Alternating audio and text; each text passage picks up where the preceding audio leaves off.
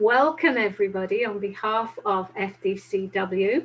We're thrilled that you're able to join us today and in whatever time zone you are in, and welcome also to those of you who will watch the recording later. So there'll be roughly 4 parts to this webinar. There's going to be a talk from Dr. Joey for about 40 minutes, then brief question and answer, and then we'll in breakout groups so we can discuss together, and then question and answer again. So throughout this evening, if you do have any questions for Dr. Joey, please write them in chat, and we might not be able to get to all of them, but we'll do our best. I hope you can all hear me okay. I feel as though maybe I keep breaking up. Is it okay, Angela? It's okay? Good. Okay, great. So I'm really excited to welcome Dr. Joey Webber, who has very, very kindly agreed to share with us his research on the links between mindfulness and equanimity. He was born into a beautiful Buddhist family of Buddhist practitioners, and Joey from a very young age had the opportunity to interact with some amazing Buddhist teachers and very highly respected teachers. And he's currently a lecturer in health and social care. And his new book, who's seen his new book? Who's had a look at his new book? A few people. Okay, his new book is called Why Mindfulness is Not Enough, Unlocking Compassion with Equanimity. So welcome, Joey. I invite you to do with us what you will.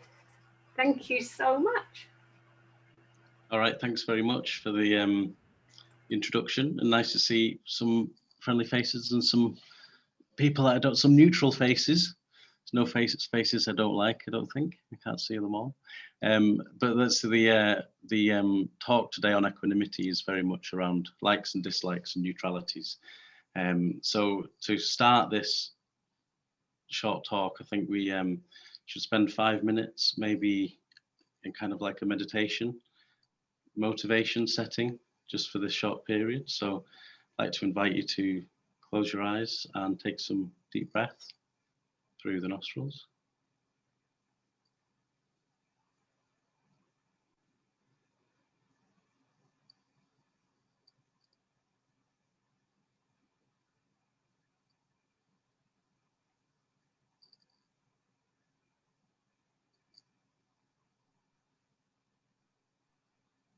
So we're gathered here today to have an open mind, to be inquisitive, and to apply what we hear in a beneficial way for others, including ourselves. So we do so by kind of committing to a mindful conversation, if you like, just a short period of time where we try and be as least distracted as possible, try and generate a feeling of presence,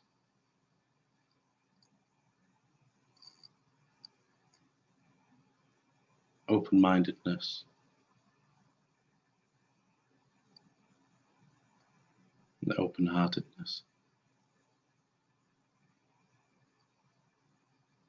So perhaps just following the sensations of your breath as you inhale and slowly as you exhale.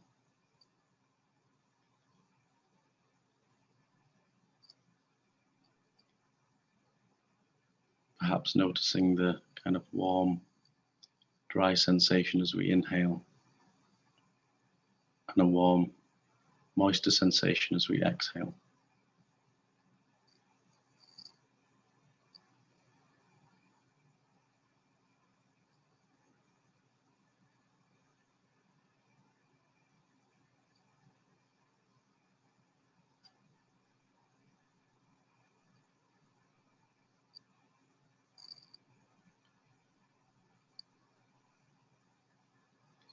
Rooting ourselves to this moment here, now.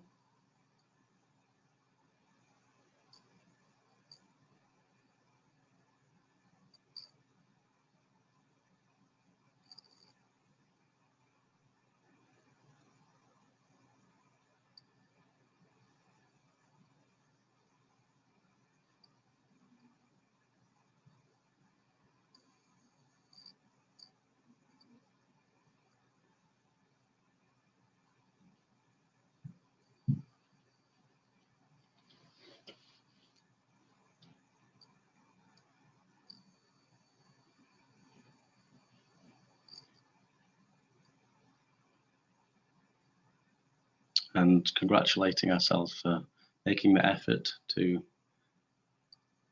perhaps learn something new with different people from all around the world. And when you're ready, you can open your eyes and end the motivation.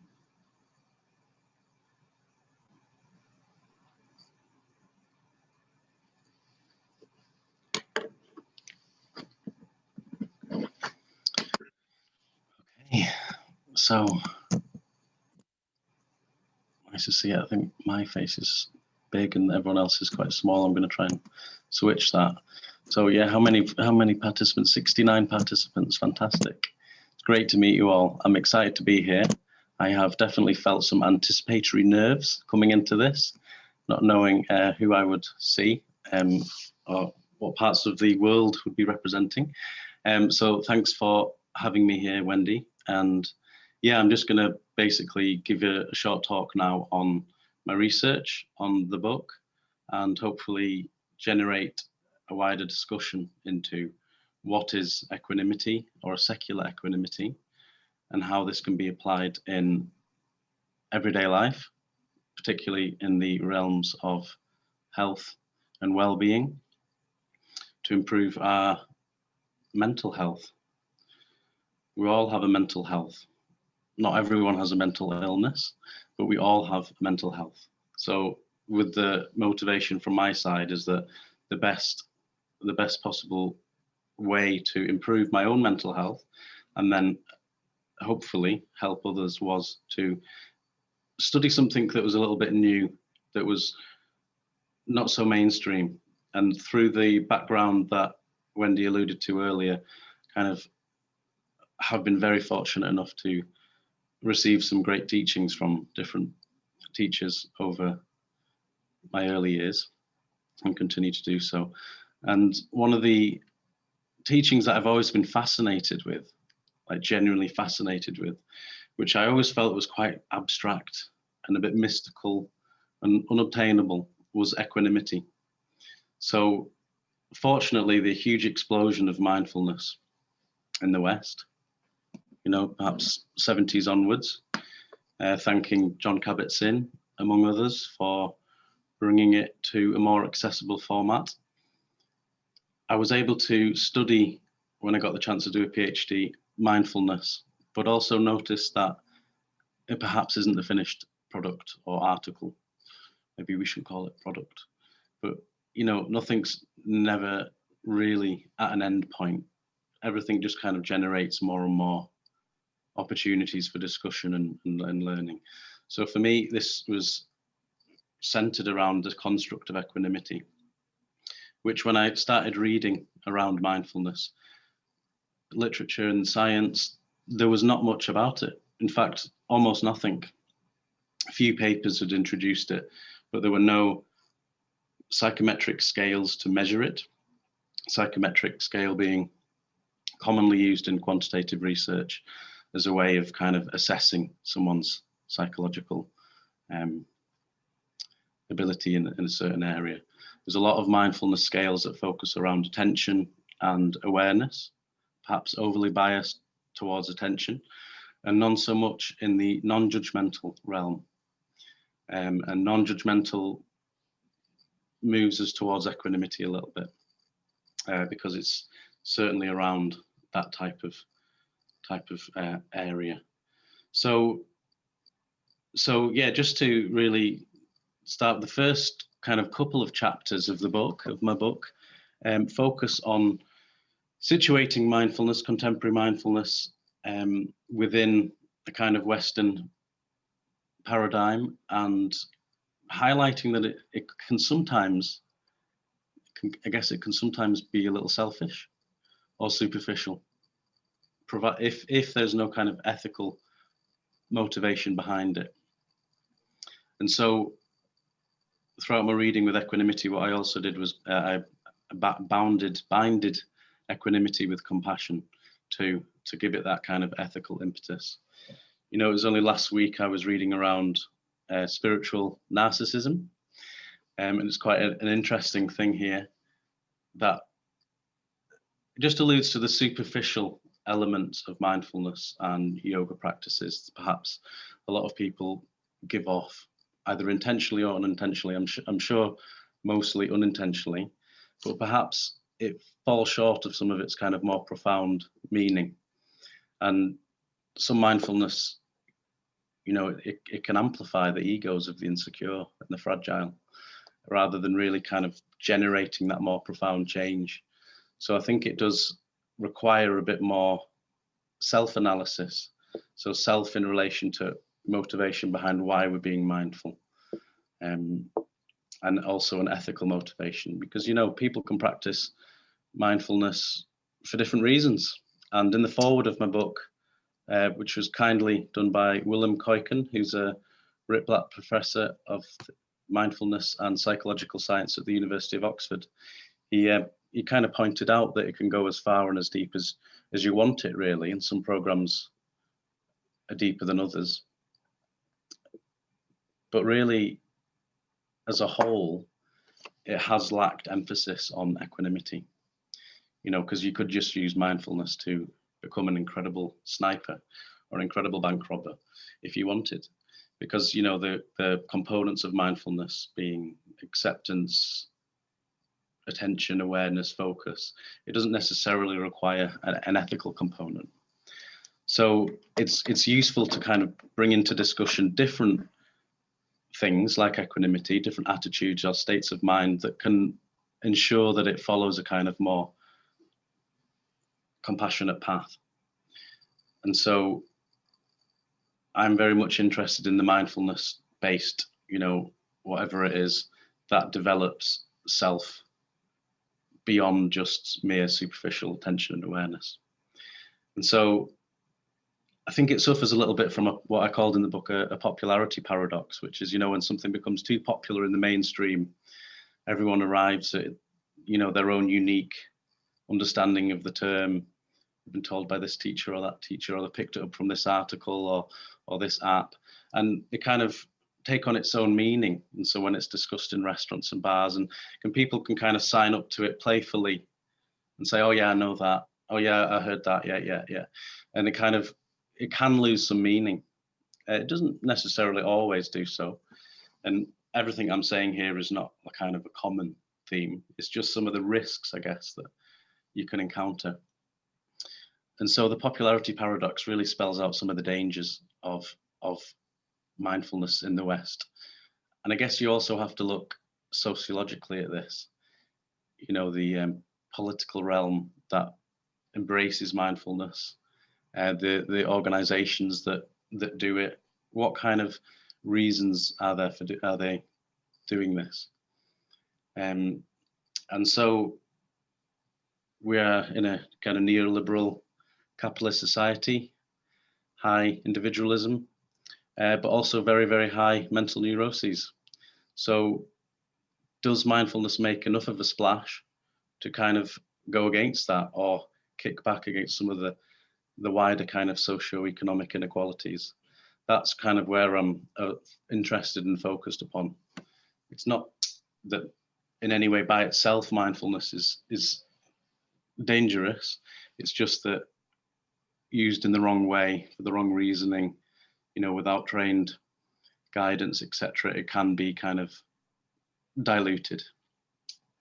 So that's some of the positioning, I guess, is the first couple of chapters. It's embracing also, some of the incredible, fascinating work it's done.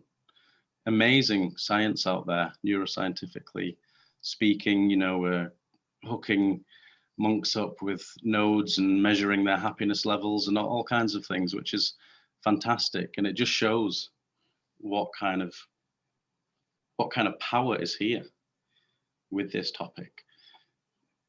And so the research, it spans a whole host of different areas, from creativity, reducing the effects of aging, focusing attention in terms of academic skills and all kinds of things, developing social and emotional competencies as well. So really amazing stuff. And in no way am I kind of like knocking what it's done. It's kind of, I'm just kind of saying it can go a bit deeper too, if you wanted to. And that's where my research starts, I guess. Reading the literature, celebrating the good, observing some of the risks in this kind of society that we live, knowing very much that we're not monks or nuns, perhaps some of us are, but we're all kind of participating in a society that kind of promotes individual gain, and sometimes it promotes self-importance over others. And being a Buddhist, you know, is hard to kind of just leave that there. So with equanimity, the background is all about recognizing the good, but highlighting the areas that could do better. So my research took on the barriers to equanimity, because I was very much conscious of equanimity is unheard of. So I needed to create a secular acceptable definition that's similar to mindfulness, that can be used alongside mindfulness, but then just opens up that heightened awareness towards one's own discrimination faculties. That's your likes and dislikes and neutralities, but then also has this compassionate component that we look towards self and others. So the definition of equanimity was brought in, but also the research took a kind of angle of what barriers are there against us. So for me, that was all about, I started with the simple question of where do we get our judgments from? You know, if judgments are barriers to equanimity, because equanimity is all about kind of being non-judgmental with a kind of wisdom, what barriers are we up against? Where do we get our judgments? So the equanimity barriers scale is a scale that was published in 2018. And this highlights 4 domains that we get our judgments from. And I'll talk about that later. But really, it's also highlighting that non-judgment is, as it stands, is a little bit too complicated, in my opinion. It's too hard to get to. Or we can perhaps say, oh yeah, I'm non-judgmental, but really we're kind of perhaps covering it up, because we are judgmental, but we know we shouldn't be judgmental. So we're kind of saying we're not judgmental. And for me, this is too close to kind of thought suppression or withdrawal or even repression.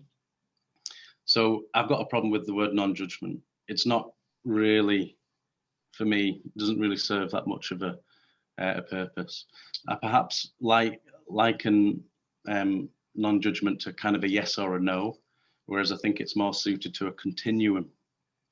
The fact that we will have some form of judgment upon something, some form of slight, subtle feeling tone towards something, either going to be a like or a dislike or a neutral, or in these kind of areas towards something. And so it's best to acknowledge that, and with acceptance, kind of then let it go. Because at the moment, I think sometimes non-judgmental, it can just arise, and then we kind of suppress or withdraw. Oh, I'm not looking at that, I'm non-judgmental, whatever. And sometimes you don't kind of pay respect to your feelings or your kind of context in relation to the thing to be non-judged. It's a bit more contextual, I think, equanimity. So non-judgment was an issue for me, and also decentering. It's another great psychological name, and it's to do with looking at your thought content objectively. Kind of, you are not your thoughts type of thing.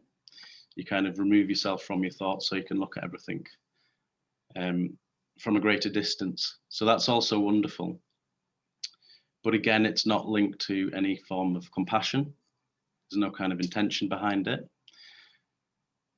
And also, it can too move off into the realm of thought suppression or withdrawal or denial, because you're not kind of engaging in the thoughts, you're kind of just witnessing them. But it's perhaps more beneficial and more therapeutic to acknowledge, you know, where you are in relation to the thought. What feeling tone do you have in relation to the thoughts? Because that can give you some interesting information.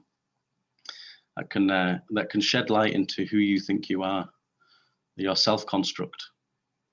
So the self, you know, I'm sitting here, you're sitting there. We all have a self construct. This would call it ego. That's been conditioned by numerous multitude of factors: social conditioning, education, parents, carers, whatever it is, media, politics, friends. Everything conditions us in a way that we then give off this kind of self-construct over time. So it's good to analyze that self-construct, because otherwise we can become a bit too, you know, focused on the self and too narrow and rigid with our belief systems and our thinking. So we believe what we like is true. We don't want to go anywhere near what we don't like. And then we, you know, we're not bothered about the neutral. We're just like, oh yeah, whatever, it doesn't bother me. And the neutral can sometimes often go in the dislike pile too. Because I think most of reality and what we experience is perhaps neutral. We might not have such polarized flavor towards life. But if you think about that, it's like most of our life spent in a waiting room then, because it's like we're waiting for the good things. We're trying to avoid the bad things and kind of just waiting for the next kind of good thing to happen. And Rabina Cortin hits home this message when she said that we are pleasure junkies. We're just pleasure junkies, forever trying to chase pleasure and then not being happy when we don't get it. Or when we do get it, trying to cling on to it, become over-attached to it. And so in that way, you need to constantly do some kind of self-analysis in order to understand why you're thinking like you do, where the thoughts are coming from, and how important that is for you at the time. Because, you know, we can have the same thoughts going round and round, and, you know, sometimes if we're just non-judgmental, forget about them. We miss out on some of the kind of meaning and depth to what it's trying to tell us, or what we're doing in relation to the thought. So yeah, so it was all about looking at barriers to equanimity from the perspective of the current constructs not fully capturing what it is. And so I, you know, did discuss with some prominent teachers about how I could make a secular definition. What does equanimity mean? And I think someone's put in the chat here about what is the definition. So I'm going to write down the definitions. There's an inner and an outer equanimity. So inner is, what have I put here? Can't remember it. I'm speaking about it so much, can't remember it. Okay, open acceptance of non-reactivity towards our own discrimination faculties. Is kind of fancy academic language, really, isn't it? But all I mean by that is likes and dislikes, dislikes, and neutralities.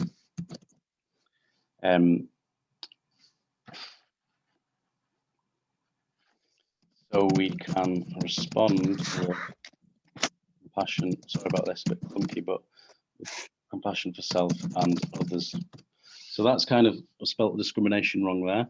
So inner equanimity, that's the definition put there.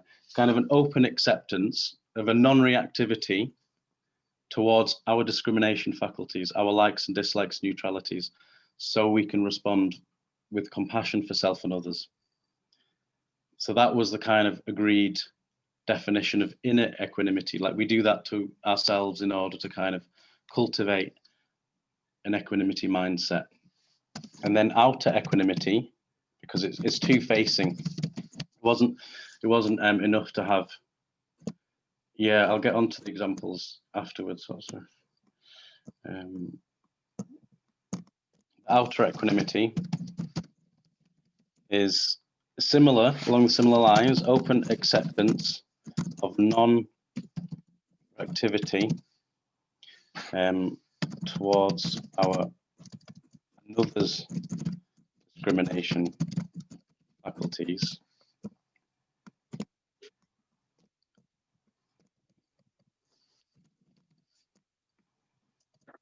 I'm spelling it all wrong here. Another discrimination with patience, so we can respond with compassion, self and others. So there's, I think it's, what's it done there? It's pasted something. Ignore that Zoom stuff, and then the outer definitions on the bottom. Inner and outer.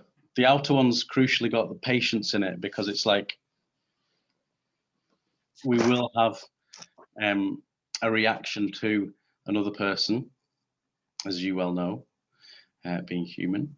And the key thing is there is patience. So it's a non-reactivity towards how we are in relation to that person, but with a kind of awareness that patience is needed. Because like we have our own conditioning from multitude of factors, they have their own conditioning from multitude of factors. So we need to cultivate this outer equanimity with patience too, in order to ripple out the equanimous mindset that we've generated inside ourselves. So those two were the key definitions that started the process. And then it was looking about, okay, how can we put this into practice? And someone's preempted the obvious there of like, okay, how can you put that into practice? And for me, this is where it gets more interesting, because it's like, yeah, you know, if there's this abstract term, it was all about likes and dislikes, attachments, aversions, the good, the bad, and the ugly. How can we, you know, work with it on a day-to-day basis? So this was when, in the book, I've got 4 quite in-depth case studies about a kind of 7-step method that I've also proposed that enable a person to both cultivate this inner equanimity and then develop an outer equanimity, with the idea to kind of extend the parameters of our compassion. So it's, you know, it's not enough to just be compassionate to the people we like, but we also need to embrace the people we dislike, that have create difficulties for us, etc. And also the whole host of neutral people, most of the people in the world. We also need to have that same kind of compassion element, because in Buddhism and other major religious traditions, this kind of notion of equanimity is all about equalizing others, equalizing inside your own mind, and then equalizing towards others. So those 2 definitions, they work well with this kind of 7-step method and then the case studies. But of course, like this talk here is just kind of give a quick overview. Perhaps in the question and answers, I can do a bit more around the 7 steps that I think create that ability for a person to be equanimous. Yeah, so it's very much around trying to develop as a person, isn't it? But also recognizing that even if we don't develop, even if others don't develop as a person, we can still have that same attitude or state of mind towards another without losing kind of touch with who we are or what we believe, our values, etc. So it's kind of a contextual positioning ourselves within the framework of our existence, and then how that can then create a much more harmonious way of life. Because all of this, you know, why I'm talking about it, why I'm interested in it, is because in reality, what can equanimity do? What would happen to the world if people were trying to cultivate these 2 internal, external, you know, facets? What would happen? And the obvious ones are conflict resolution, peacekeeping. But you've got a lot of life is kind of divisive, and we have to look at the times today to look at how divisive the world is. You know, I'm sure if you go on your Facebook or your Instagram, social media, maybe you don't use it, but if you go on the news, you know, the world kind of plays up to our divisiveness and our divisive nature. It kind of wants us to be divisive, because when you're divisive, you buy something, or you assign yourself to a group, or you become very much part of the kind of the product. And so everything is kind of geared towards around our likes and dislikes. You know, if we like it enough, we'll buy it. If we don't like it enough, we'll probably start hating it, or, you know, telling people not to go near it. Everything receives kind of clicks and attention based upon our likes and dislikes. And so obviously the advent of tech-based ways of communicating with the world. We're constantly perhaps refreshing our news feed on our phones, constantly trying to engage in some form of activity that is based upon these likes and dislikes. So obviously the flip to that would be more harmony, more social cohesion, perhaps more social change around communities, people getting along with each other. So it's beginning to sound a little bit utopian, isn't it? But it's the idea of like getting along with people and not feeling that everyone's got their own kind of agenda that they're trying to coerce or kind of, use against you, or, people are just kind of softer. Because I think these likes and dislikes create quite a profound cognitive rigidity, like dislike, neutrality. I see the world through this lens. Everything that falls into those parameters without self-analysis, without mindfulness, without self-awareness will be reacted to in that way. But that's dependent on the self-construct being completely nice. What if we're kind of carrying baggage, emotional baggage, or whatever it is that makes us not nice or makes us not develop? We'll never kind of break free from this cognitive rigidity without delving into equanimity, because this directly is the antidote towards, okay, look at your mind. Where do you think your judgments come from? Why are you the way you are? And how can you cultivate more pro-social qualities like empathy for others, for example? And so all the science behind positive science and mindfulness and gratitude and self-compassion, all of this stuff is highlighting how these constructs have tremendous benefit for our well-being. They really do. And equanimity is another one. It's that could arguably prop up some of the others and make them a bit more durable, because it's directly working with yourself. So of course equanimity is not good if you don't want to look at yourself, because it asks you to analyze who you are, why you think the way you are. And so mindfulness, I think, has taught us an incredible thing: spread the message that we are not necessarily our thoughts.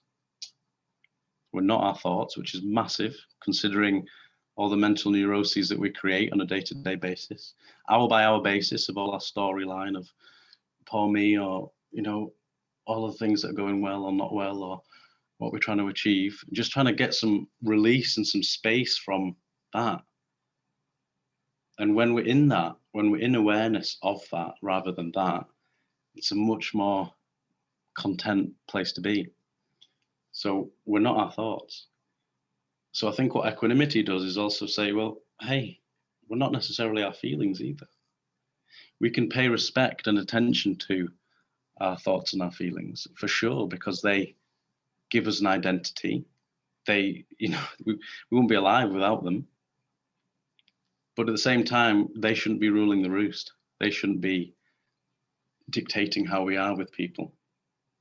So this kind of quality controller comes in, of a kind of mindful and equanimous person, quality controller inside yourself, to go, okay, when something happens, thought arises or experience arises, I can understand what's happening. I understand my mind's projection onto what's happening, but then I can choose to let it go.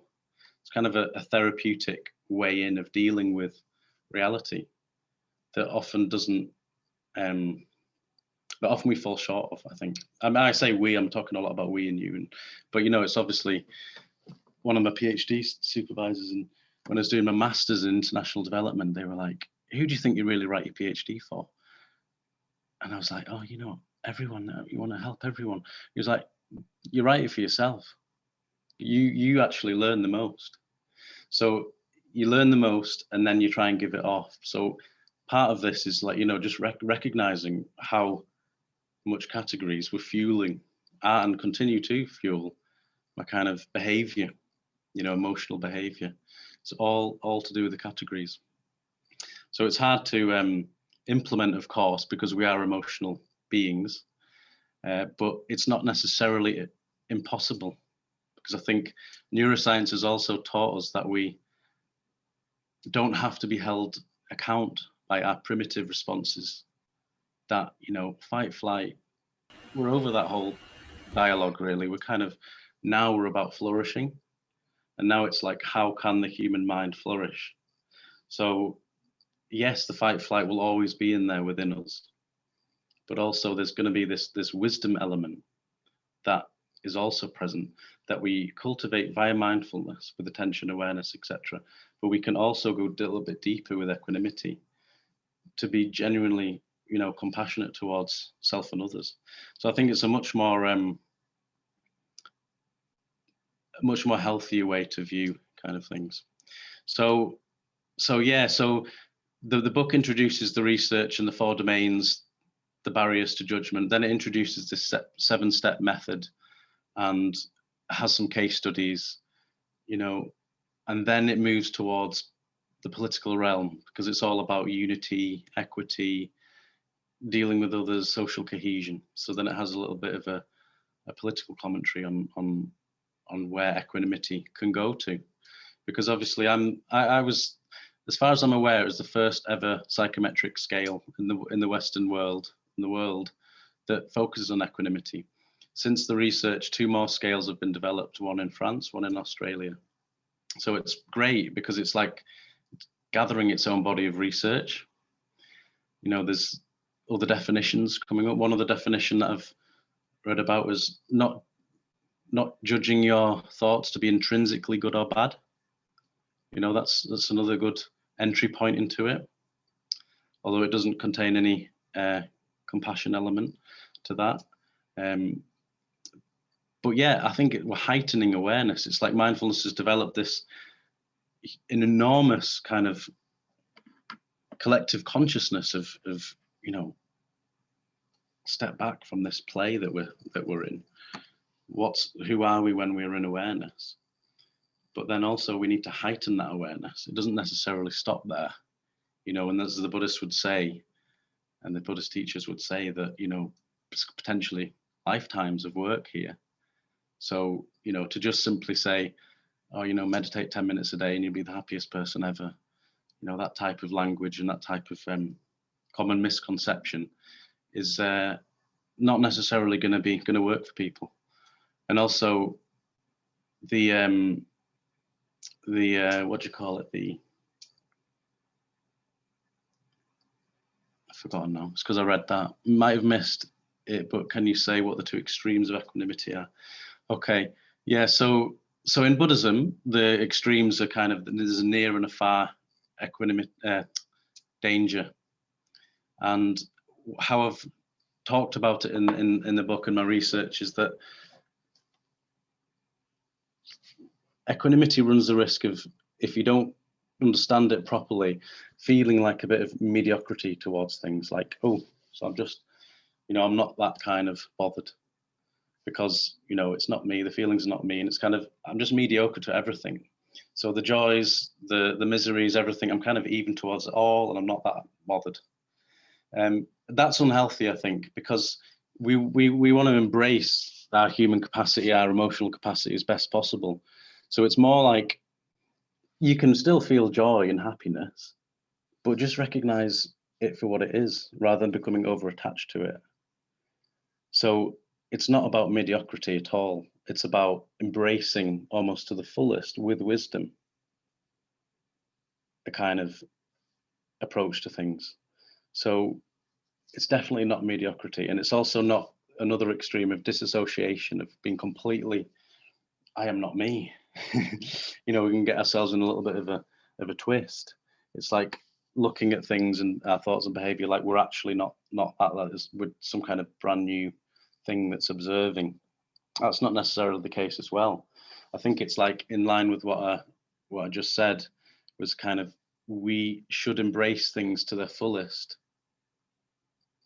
but we need to learn to let that go, because part of equanimity also is recognizing that transient moments of time come and go, and, you know, what is kind of now. There's no real nowness. As soon as I said nowness, there's a new now. There's constantly newness emerging. So it's kind of recognizing that things will come and go and not holding on to them mentally. That's a kind of a more equanimous kind of attitude towards things, not becoming overly attached. And the Buddhist definition for attachment is regarding the object of pleasure, you know, as the source of all happiness, exaggerating the good qualities of the object and then seeking that object as a source of all happiness.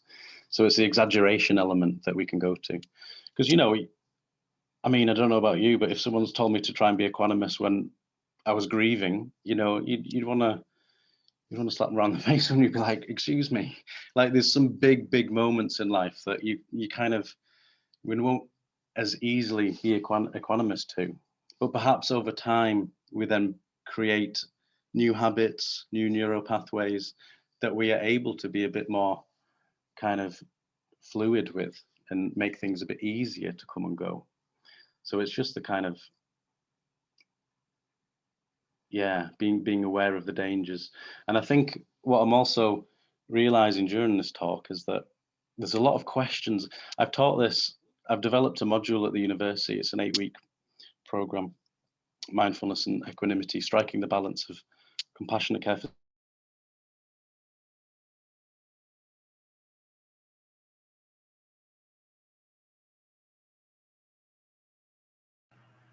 Oh, it looks like we've momentarily lost Joey. Yeah, I think. Oh, hopefully he will rejoin. So whilst that's going on, has anybody got any particular question? I noticed Christine said, what's the university module? It's at the University of Bolton, as Joey said, on equanimity and mindfulness. I don't know any more details on that. I noticed Craig had a question about the definition, the outer definition used the word acceptance, and does Joey mean clear view? What do you think? What do you think? What do you think, Craig? I don't know if you're still there, Craig. Yeah, I'm still here. Yeah, maybe if you use some example. I mean, I was sort of looking for the more fleshed out functional, like layperson, but plain English. I got sort of caught up in some of this. Like it implied to me a circularity. Like where does the motivation actually come from? Yeah.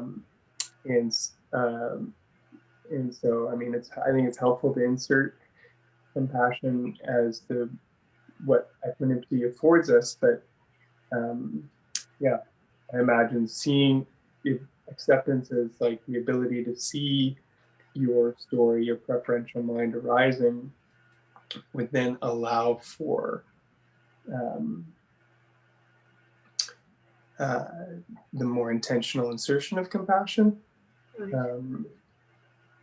Yeah, but I don't know. It's just semantics. I think at some point, trying to overthink. That's good. I don't know if anybody else has a view on that.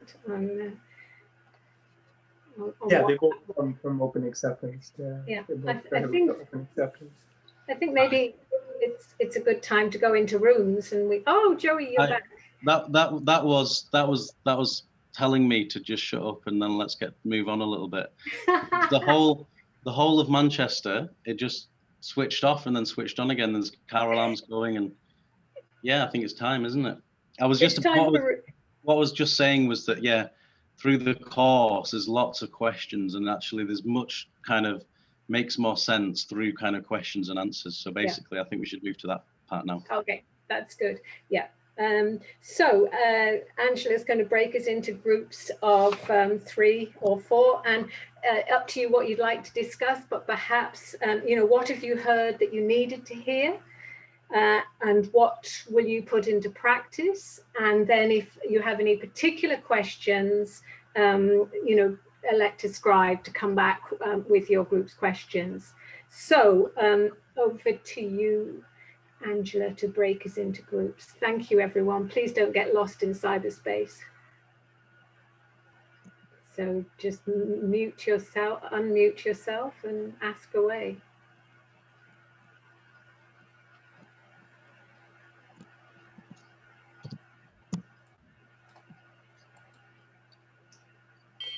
Joey, just a quickie. And this I'm showing now, I'm going to take this book, you know, I'm letting on now that I've not read the book properly yet, which of course, as you know, I have my own wonderful copy. But is the scale and the 7-point plan, which incidentally sounds something like out of Alcoholics Anonymous, are both those things to be found in your book? Yeah, the scale. Yeah, the scale. Like if you find it on an academic journal, it's quite like written quite complicated. Well, you know, academic language, it's not for everyone. So the idea was to make it as basic as possible, just as self-explanatory as possible. Yeah. So that's the lady I was with, Susan, very nice lady. You know, she was asking me about, or we were talking about those two things, and I said that I was fairly sure. And she doesn't have the book yet, so plug in the book. But I said that I felt that both of those things were in there. But then I also thought if people weren't able or didn't want to buy the book, that maybe there was a way of letting people have those two things independently from the book. Yeah, possibly. I don't know. Totally. So I'll put in the chat now the title of the paper where it's published, because the scale, yeah, you can just see that anywhere, and it's on my ResearchGate profile as well. I'll put that link in. Okay, well, I'll leave you to do that. That was what, you know, those were the two. That was what really came up for us, and we just had, you know, a chat about that. So that was my kind of contribution question for now. Okay. It's called the Equanimity Barriers Scale. So I think if you plug that into ResearchGate, that's like a platform for academics to like share work and stuff. And I've made it all accessible and open on there, so you can look at that there. Yeah. The 7-point plan is 7-point plan. It's on the website actually. Okay, on your website. Yeah. Okay, great. Well then, put that link down there. Yeah.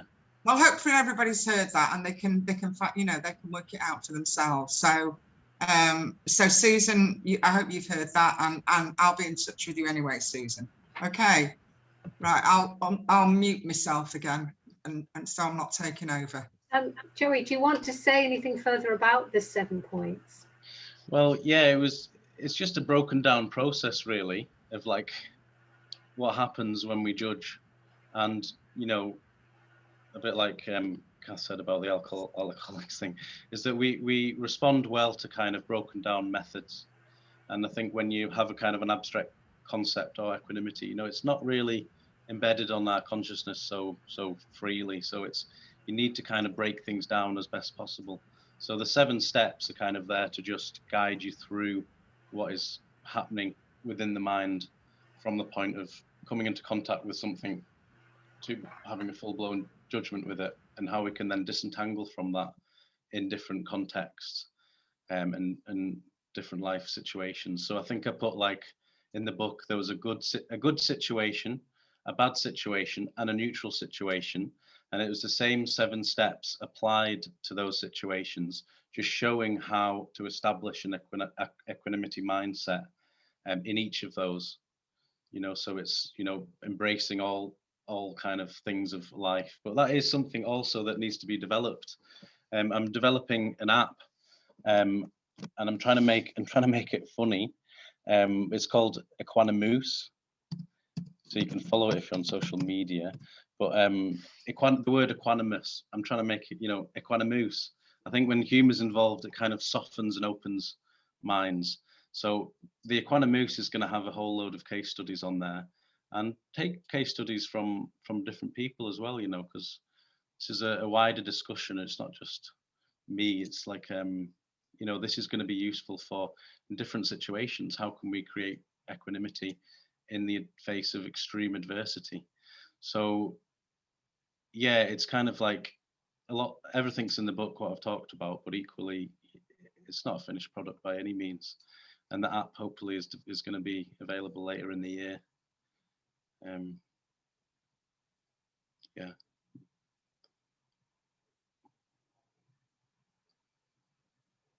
Anyone else? Step 2. Okay, what's step 2 again? Identification process. Okay, so say something happens to me. Okay, so the light went off, telling me to shut up, right? Well, I projected that. The light went off. It was when I finally realized I'm not my thoughts, and I'm not my feelings either. Something happened. No, the light went off, and step 1 would be recognizing that my mind instantly categorized that. So that was awkward. It was on a public forum. So my mind would have probably gone, that's a negative, that's a neutral, that's a dislike experience. Okay, so then that's a dislike. So step 2 is that my mind then identifies with that. So if I then go, oh my God, what a horrible thing to happen. I can't believe that happened in the middle of a talk. Like, it's really embarrassing. You know, I'm identifying with the categorization, and it's solidifying this kind of thought in me. And so that's what step 2 would be. So then, you know, each step, as you can see now, it's kind of like it evolves to how in the end I can go, okay, the light went off. It's an experience. My mind said it was a bad one because of the context, but really, I don't need to label it bad. It just happened. So I'll remain calm, and, you know, when the light comes on, I'll come back in. So in a very simple way, you know, that's how you can explain different things. Because, you know, some if that happened to me a few years ago, you know, I've been really disappointed and upset by that. But yeah, it just happened. And there's if the mind wants to, it can create a big problem, but it doesn't have to. Thank you. Joey, somebody says, Jane Keller says, I wonder how language influences equanimity. She was chatting with Lisa. Language influences equity. Yeah, massive. I think in terms of the projection onto even tone of language or the choice of words used, everything is going to be a cue to the person to react in a like or a dislike. So someone could say the exact same thing, exact same message, but in different ways. And then because the mind reacts to it or understands it differently from different perspectives, they will react, you know, in a certain way. So language is huge because that's how we talk to each other, you know, and I think a lot of people, we read body language, don't we? We thin splice people when we first meet people at 60 seconds it is, I think. You know, we've categorized before we've even noticed we've categorized. So that's an issue when you want to be compassionate and socially cohesive. So you have to be aware of your own reaction to language. You know, some people like get really hung up on an email that's not spelt right, you know, whatever it is, but we're constantly reacting to language, tone, choice of words, the way it was said. And it just, I mean, when we talk about communication, it's like, you know, most of communication is understood through body language and non-verbal. And so then when it comes to so what we're kind of subtly picking up cues of non-verbal and then probably liking or disliking it before they've even said anything. And then when they say something, it's either like further identify and solidify with if it's good or bad. You know, so it's a whole host of misinterpretation and misunderstanding can occur and does occur. Yeah. To answer the question.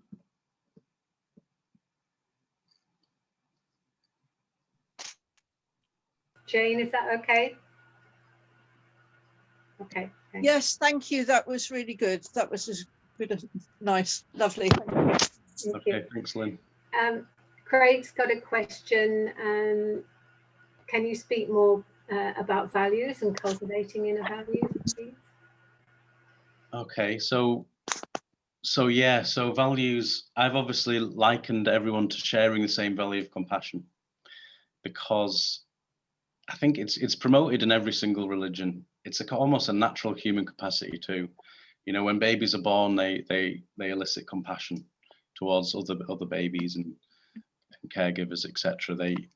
we are compassionate beings. We're more compassionate than not, but it's not to say it's enough.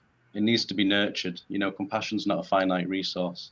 So we need to be able to work with it and on it. So the core value of compassion for me is massive, but the other values that you assign to, the whole reason I've talked about secular equanimity and this isn't, you know, an equanimity in a Buddhist talk, is because I don't want everyone to just be Buddhist to be able to talk about this and try this and apply its method.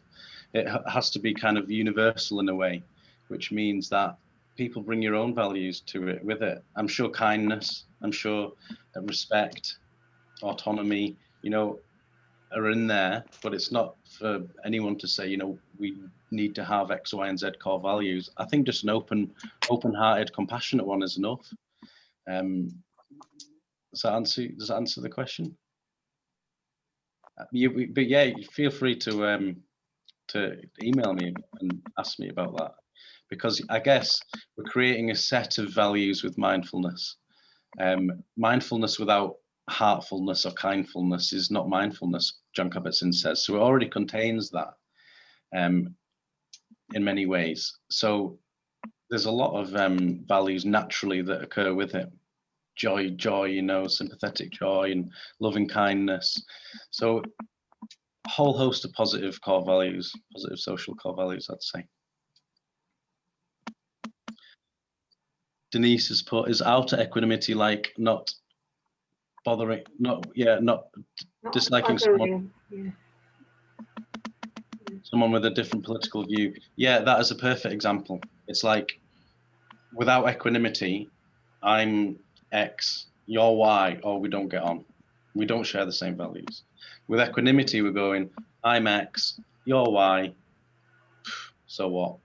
You know, for some reason, we adopt and assign ourselves to these kind of views, but let's talk about them in an open-minded way, understand them. I can see your perspective, you can see my perspective. There's not that harsh boundary to kind of use as a hurdle, because that creates divisiveness and, you know, riots and violence and all of that stuff from the simple notion of like and dislike. Ultimately, that person likes that party for some reason. Maybe it's a character, maybe it's a charisma that a politician has had, whatever it is. Maybe it's the parents that have told them, you're this, so you know, you're this, where they've grown up. You know, if there's, I've put in the book a case study about this actually, because I expected it to be a big thing. But, you know, if you're growing up in an environment that's all views reality in one way, you're gonna have been conditioned to have that view. That's not necessarily a fault or a problem of the person. It's just something that they're conditioned by. So politically speaking, we should be able to be objective about where these ideals have come from and understand that. And if everyone was kind of committed to that, there'd be less political hatred. There'd be like more agree to disagree, without a doubt, than all this, you know, hatred and violence. Thank you. Mark, there's a question: how does the consideration of energy conservation influence your interpretation of individuals' choice of behavior? I'm not sure I understand the question, Mark. But yeah. If I could clarify, I mean, at times I recognize that we do desirable things because it requires less of our energy of everyday life, and we avoid unpleasant scenarios or emotions or thoughts because it draws more upon our everyday energy of life. And so trying to find ways, you know, and you know, trying to bring compassion to this focus is, you know, what immediately does not serve us and seems unpleasant can actually seem to, when we start to look at it from a value perspective, we can start seeing where there's a value in doing what's unpleasant, because in the long term it serves our purpose. And I'm just curious, you know, how do you integrate the fact that, you know, we, you know, part of this is just us trying to survive, and going against what seems comfortable and requires more effort on our behalf is just our effort to try to survive. Yeah, I like that question. I like that interpretation of energy levels in relation to likes and dislikes. pleasant, unpleasant. It's a good thing to discuss. I think that you're right. Energetically speaking, we are prone to doing what's the most comfortable, and this needs to be monitored so it doesn't drift into laziness, I guess. But I think mindfulness, if you've ever tried mindfulness yourself, you know, if you have a bad night's sleep, it's very hard to be mindful the next day. So a lot of this physical aspects of these mental components, they're in harmony with each other. So it's like, you know, you have a healthy mind, healthy body, healthy mind. And it's kind of, they're incongruent with each other. And I think, yes, mentally certain things are more draining. But I think if we have that kind of value that's kind of stepped away from that, it's like, well, compassion's the motivator and the changer here, the vehicle. So it's like, even if you perceive that as draining or whatever, compassion says you need to do it. Compassion says, you know, do that. So it's good, and it's probably right. When we heighten our awareness, we probably realize that we are more prone to doing nice things also because of this energetic field within us. But that's not necessarily to say that we shouldn't and should only do that because, you know, we're going to end up just being kind of lazy people that are not that motivated. So I think it's a bit like recognizing the role your mind plays and your internal sympathetic nervous system plays in your mental thoughts and projecting that onto the situation. But don't be ruled by that kind of fight flight system, because if that was the case, you know, we'd get scared and would end up hitting everyone. You know, there has this the same kind of thing. A different spectrum is that an awareness and a recognition that we don't have to be ruled by our kind of primitive survival mode. Survival mode's good and necessary. Really need it when you want to run away from tiger in a jungle, but we don't really need it when we're just having a disagreement with someone, or we're just you know, come up with something that's difficult. We don't necessarily need that strong reaction. Does that answer it a bit? Yes. I mean, it's not the kind of question that has an absolute concrete answer. So, but yeah. I want to kind of see perspective and how you integrate that. So, cool.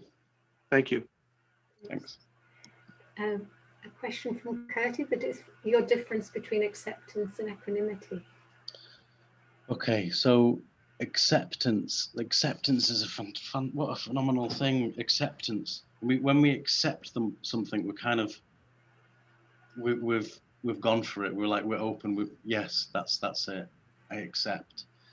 I think sometimes a superficial acceptance, it's like a feeling of like knowing we have to accept something, but deep down not being, not carrying that same kind of feeling. A little bit, you can be resentful, or you can tolerate, and you can think that's acceptance, but it's not acceptance. So equanimity is different in that you've got it rooted in compassion, you've got it with awareness, and that's wisdom. So it kind of like cuts through all the other stuff, and it's like you can accept better now, which is why acceptance is in the definition, but it's also added to, because acceptance by itself, I think sometimes is a little bit can be misinterpreted by a kind of superficial acceptance, because sometimes we can accept things, but you know, with a heavy heart, I'm like, oh yeah, I'm accepting it, and it just builds up resentment, you know. And so with this, it's like you're really establishing why you're going to accept this, and you're coming to terms with it, because it doesn't necessarily mean that you don't have to challenge. You know, it shouldn't be seen as like just apathy and everything. It's like you can still challenge and hold true to yourself and true to your values, but you don't necessarily need to you know, embark on this huge emotional volatile reaction to it. So I think it runs deeper than acceptance.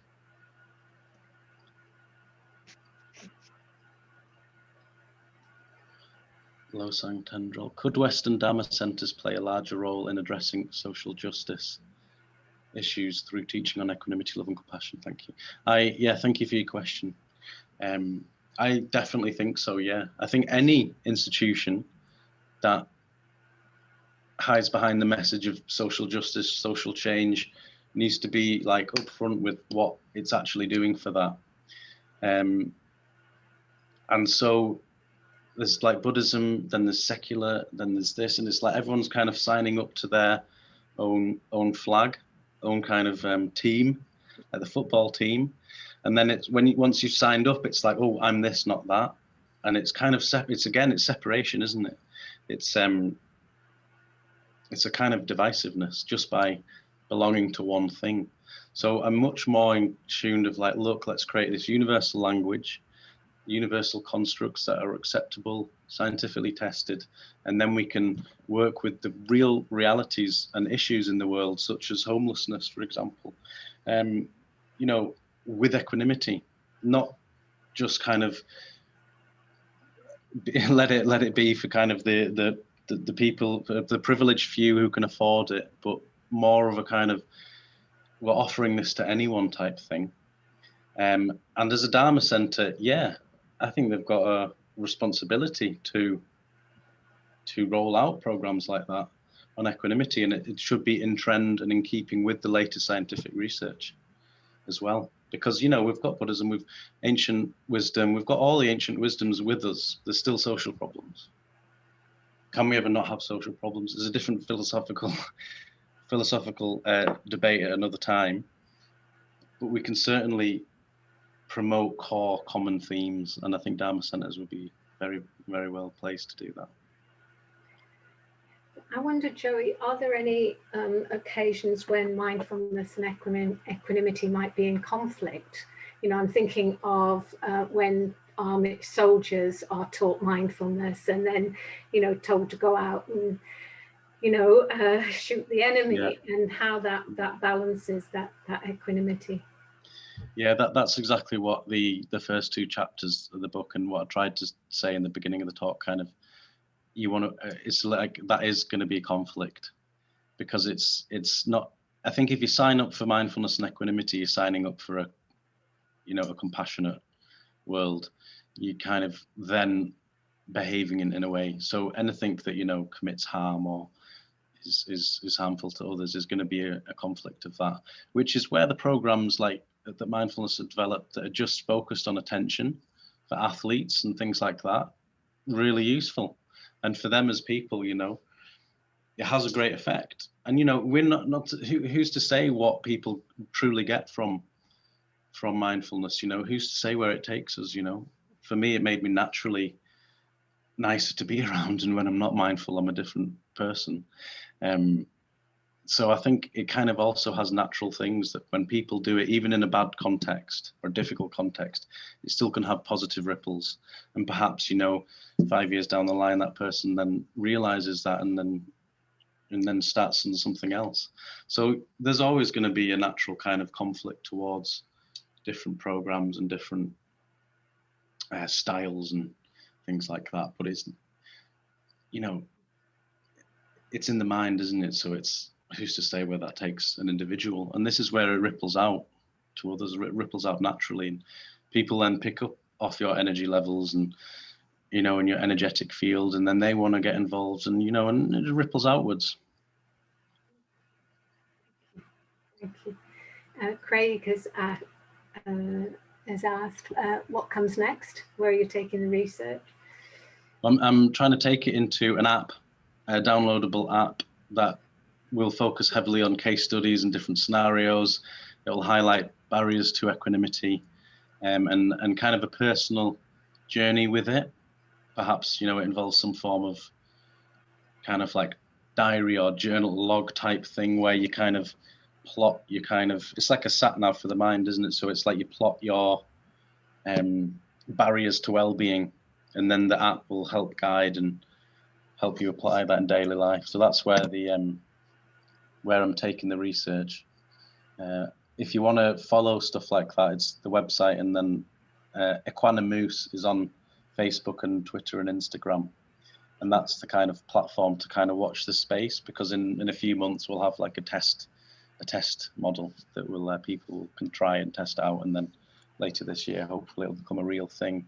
And that's what I'm most interested in. It's like the academia was a means to an end. I know I had to do all that rigmarole, but it's sometimes it can feel a little bit heartless and just cold and clinical. But now it's time to put it in the direction I kind of really want, which is to be able to talk about it and teach about it and learn about it. I noticed, Joey, that you dedicated your book to your daughter, and I wonder if you have any bits of, I don't know, suggestions for teachers, parents, caregivers on how to help children and teens work with equanimity. Yeah, I was saying before, I dedicated it to my daughter because I think you really get into these constructs and things when you feel the most kind of pain or suffering.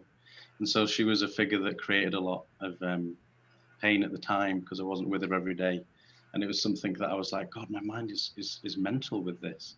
So it's like trying to become more equanimous with the situation and then using that as a kind of mental protection for you kind of yourself. So it's like also within all this, you're mentally protecting yourself from what's coming down the road. When things do happen, when things inevitably hurt us, you're a little bit more mentally protected. So there's that element to it. And then there's also, when we're trying to then teach that to kids, I think obviously mindfulness is a perfect entry point because you can just see them on the phones and everything. It's like the world of distractions everywhere. And so it's about recognizing that that's a good entry point. And perhaps, when they're older, we go, oh, why do you like it? Why you can question, where do your likes and dislikes come from? Just because you don't like that, does it mean that that's true? How might you change? I don't know. You've not got into that yet, but it's something that definitely can be touched upon. The world's first equanimity kids book, maybe 10 years down the road. But I think it's good to recognize that, yeah, it's hard for adults to grasp. So yeah, it'll be hard for kids. But if we can dress it up in an accessible way, then anything's possible. Thank you. Joey, I'm aware of the time, and okay. I don't know if anyone has a last question that they want to ask. In which case, perhaps, Joey, I'll just ask you if you have a last tip or piece of advice or message that you'd like to share with us before we close. No, I think I've spoken enough. I think, yeah, feel free to get in touch with me. And if you have any more questions, I'm hopefully going to be talking more about equanimity in different contexts, different platforms. It'd be good to hear some feedback, I guess, on how you found it, if you've had the book, how it is for you. Reviews, things like that are helpful. And just, yeah, keep in touch. Well, Joey, thank you so much for talking with us and for what you're putting into the world. Thank you so very, very much. And thank you, everyone who's spent time with us this evening. And if there have been some thoughts that you've had, as Joey said, it'd be great if you got back in touch, with FDCW. We're offering this event freely, but of course, if anybody has the opportunity to make donation to FDCW, that would mean we're here for a bit longer than we might be. So Angela's put the donate information in it. There are lots and lots of free resources on universal education on our website if you want to go to that. So if there's been any benefit in us being together, really let's make sure that we put it towards trying to develop more of a mind of equanimity ourselves, and everybody we interact with, may they too benefit from that equanimity. So really big thanks, Joey.